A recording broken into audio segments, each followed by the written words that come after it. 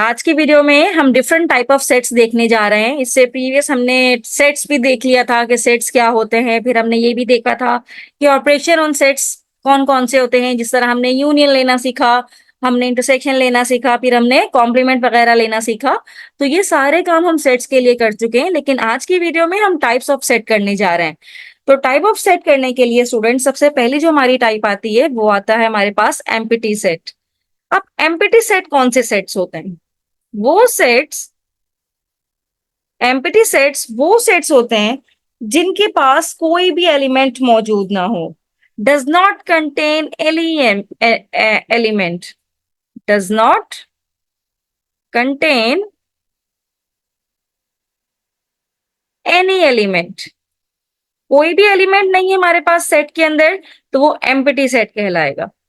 अब कौन से सेट्स होते हैं? जैसे लेट से मैंने कह दिया भाई ए इज इक्वल्स टू, इसको रिप्रेजेंट करते हैं इस तरह खाली सेट बना के। इसका मतलब ये है कि इसके अंदर कोई भी एलिमेंट मौजूद नहीं है। अब जिस तरह से मैं आपसे पूछूं कि भाई आप मुझे वो इंटीजर बताइए, for example you have to write the integer between 5 and 6। Integer between 5 and 6, इसका आप एक सेट बना के दिखाइए। तो आप क्या करेंगे? आपको पता है कि 5 और 6 के दरमियान कोई इंटीजर मौजूद नहीं है। पॉइंट के नंबर्स तो होते हैं बट इंटीजर मौजूद नहीं है। तो आप क्या करेंगे? इस तरह से खाली सेट बना के छोड़ देंगे। इसे हम कहेंगे कि ये एम्प्टी सेट है। इस तरह से बना दें, या फिर इसको हम 5 ही लिखते हैं। 5 का मतलब भी होता है कि वो नल सेट है। एम्प्टी सेट को हम नल सेट भी कहते हैं। तो एम्प्टी सेट को या तो आप इस तरह से बना दें, या फिर आप 5 बना दें, या तो खाली ब्रैकेट आप छोड़ दें। Right, so these type of sets are called empty set और नल सेट।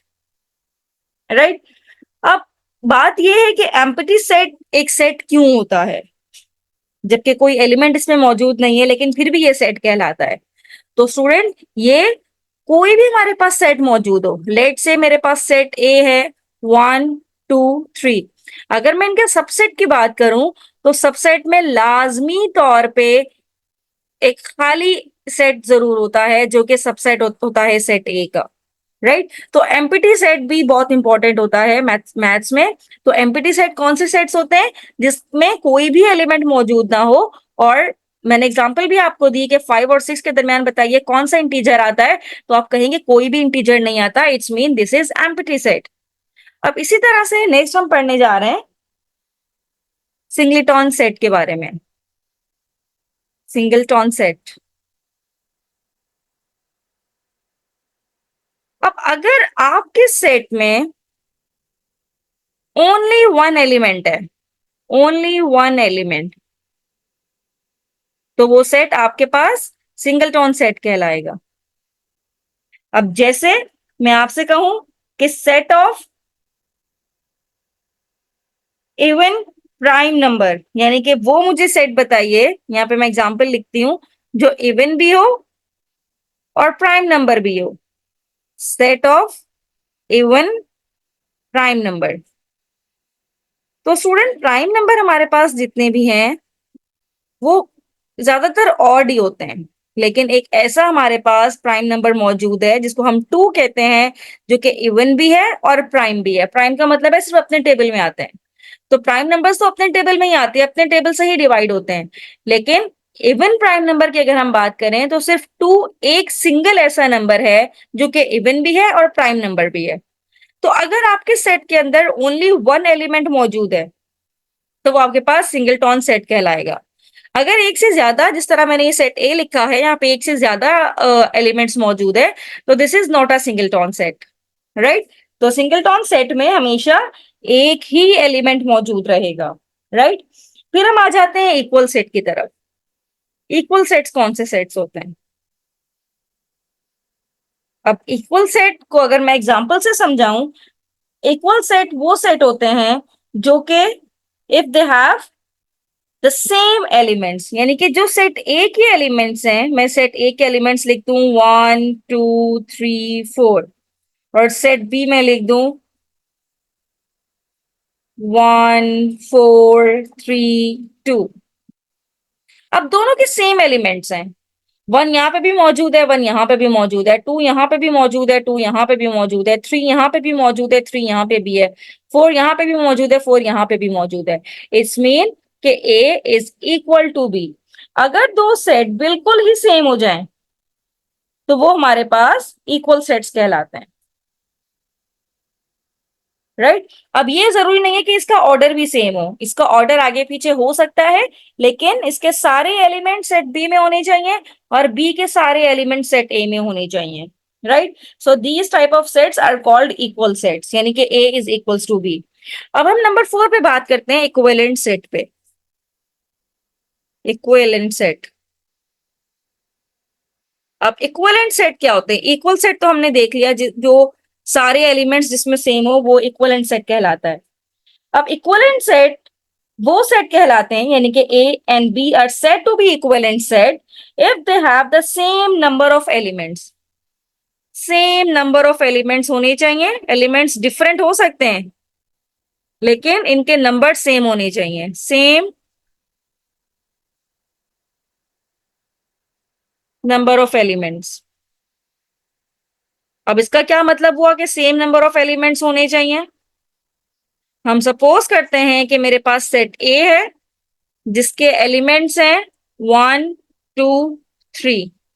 सेट बी है मेरे पास और इसके एलिमेंट है मेरे पास ए, बी, सी, राइट। अब इसके भी तीन एलिमेंट्स हैं, इसके भी तीन एलिमेंट्स हैं, लेकिन एलिमेंट्स तो चेंज है लेकिन नंबर ऑफ एलिमेंट सेम है। तो अगर नंबर ऑफ एलिमेंट सेम होते हैं तो हम कहेंगे वो इक्विवेलेंट सेट है। और इक्विवेलेंट सेट को रिप्रेजेंट करने के लिए हम ये वाला सिंबल यूज करते हैं कि A is equivalent to B, not equal to. Equal to तब होता है जब इसके सारे एलिमेंट्स भी सेम हो सेट बी से, लेकिन यहाँ पे एलिमेंट सेम नहीं है, इनके नंबर ऑफ एलिमेंट सेम है। यानी कि अगर मैं इसके नंबर ऑफ एलिमेंट्स की बात करूं तो तीन है, इसके नंबर ऑफ एलिमेंट्स की बात करूं तो तीन है, तो उसको रिप्रेजेंट करेंगे कि A is equivalent to set B, right. तो इस तरह से ये इक्विवेलेंट की कंडीशन है। फिर नेक्स्ट टाइप की तरफ चलते हैं हम। नेक्स्ट टाइप है कि सबसेट क्या होता है हमारे पास। Subset. A subset is a set which is contained in another set। यानी कि लेट से मेरे पास सेट ए है और सेट ए के एलिमेंट्स हैं one, two, three, four. Set B के एलिमेंट्स हैं वन, थ्री, फोर। अब set B is a subset of A. क्यों? क्योंकि आप देखें कि सेट बी के सारे elements one, three, four set A में मौजूद है। यानी कि सेट ए एक बड़ा सेट है और सेट बी एक छोटा सेट है जिसमें ए के एलिमेंट्स मौजूद हैं। यानी कि set A is a parent set, एक बड़ा सेट है, और सेट बी में इसके कुछ एलिमेंट्स मौजूद हैं। तो इसका मतलब ये है कि हमारे पास B is a subset of set A. और इसको रिप्रेजेंट कैसे किया जाता है? B is a subset of A, right. और अगर इस तरह से होता कि बी एक बड़ा सेट होता, अब मैं बी को एक बड़ा सेट बनाती हूं, suppose that one, two, three, four, five, B एक बड़ा सेट है और ए यहाँ पे मैं एक छोटा सेट बनाऊंगी, थ्री, फोर ले लें। इसको मैं जरा सेपरेट करके लिखूं ताकि मिक्स ना हो जाए।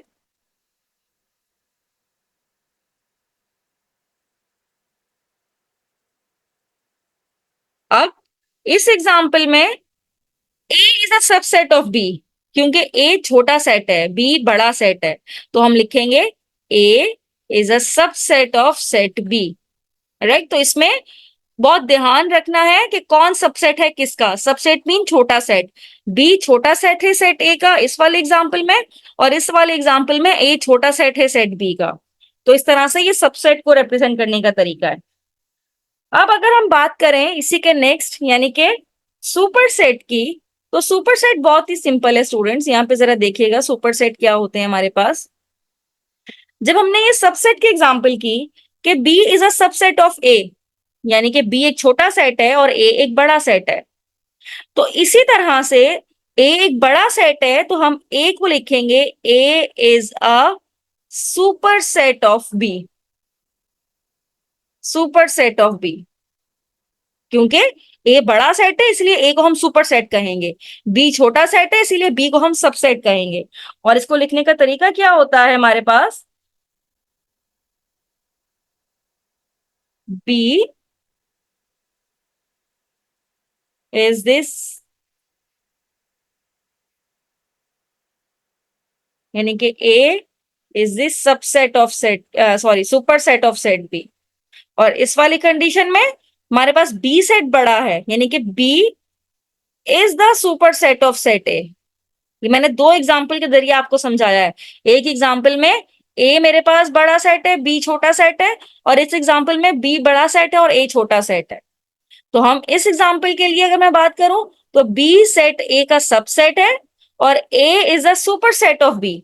और लिखने का तरीका ये है, अगर आप इन दोनों को जरा गौर से देखें तो देखें ए की तरफ ही मुंह खुला हुआ है ना, तो यहाँ पे भी ए की तरफ ही मुंह खुला हुआ है, तो इसका मतलब है कि बी एक छोटा सेट है और ए एक बड़ा सेट है।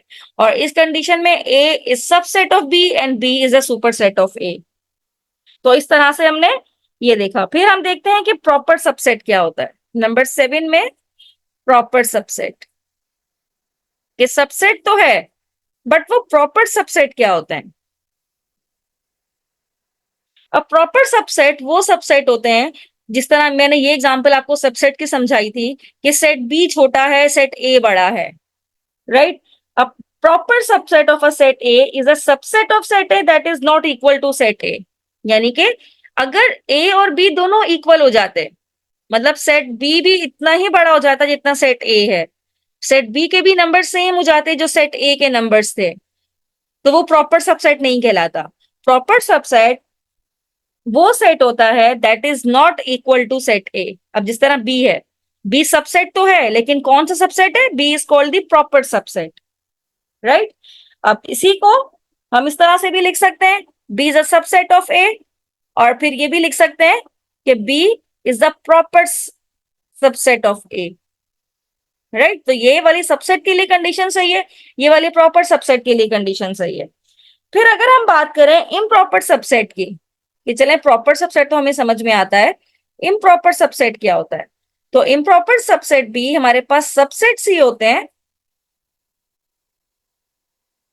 सबसेट मीन छोटे सेट्स ही होते हैं, लेकिन वो इम्प्रॉपर सबसेट्स सबसेट ही होते हैं, लेकिन वो ऐसे सबसेट्स होते हैं कि जो सेट ए के ही इक्वल हो जाए, यानी कि जो ए के एलिमेंट्स है वही हमारे पास बी के भी एलिमेंट्स हो जाए, तो हम कहेंगे कि वो इम्प्रॉपर सबसेट है।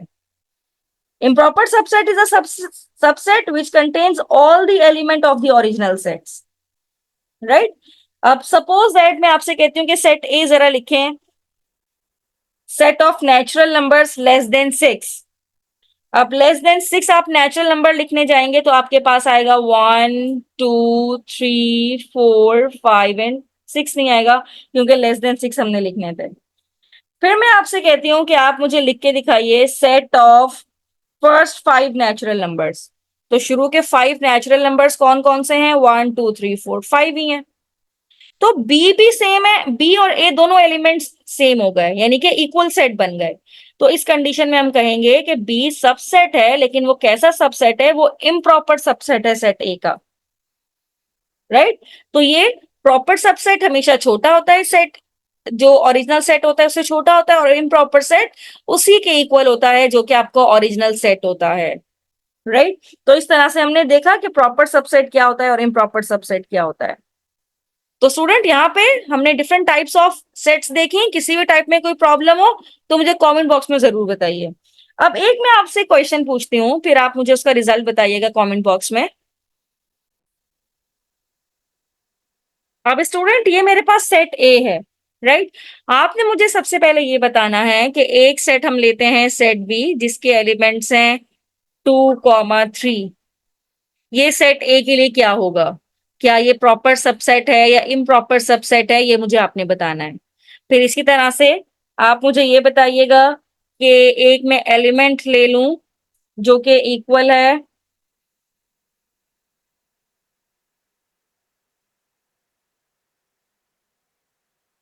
सिर्फ 8 के, क्या ये इसका सबसेट है भी या नहीं है। अगर ये इसका सबसेट नहीं है तो हम किस तरह से लिखते हैं कि नॉट सबसेट, राइट। मतलब ये सबसेट का सैंबल है, इसको इस तरह से काट देंगे तो इसका मतलब है नॉट सबसेट। यानी कि इस कंडीशन के लिए हम रिजल्ट लिखेंगे B is not the subset of set A, right. फिर एक नेक्स्ट लिख लीजिए, ये आप लोग मुझे बताइएगा। सेट डी और इसके मेंबर्स हैं 3, 5, 1, 7। आपने मुझे बताना है कि क्या ये सेट डी सेट ए का सबसेट है, प्रॉपर सबसेट है, इम्प्रॉपर सबसेट है, या सबसेट ही नहीं है, राइट। तो टू का तो मैंने बता दिया कि B is not a subset of set A, क्योंकि बी एक बड़ा नंबर है, बी 8 है और 8 तो हमारे ओरिजिनल सेट में है ही नहीं। तो वन का आपने बताना है कि 2, 3 लिखा हुआ है, क्या ये सबसेट है, और अगर सबसेट है तो ये प्रॉपर है या इम्प्रॉपर सबसेट है। और फिर मुझे आपने डी का बताना है कि डी क्या इसका सबसेट है या नहीं है तो वो क्या प्रॉपर सेट है या इम्प्रॉपर सबसेट है। मुझे इसका आंसर कमेंट बॉक्स में जरूर बताइएगा। थैंक यू सो मच कि आपने एंड तक मेरी वीडियो देखी।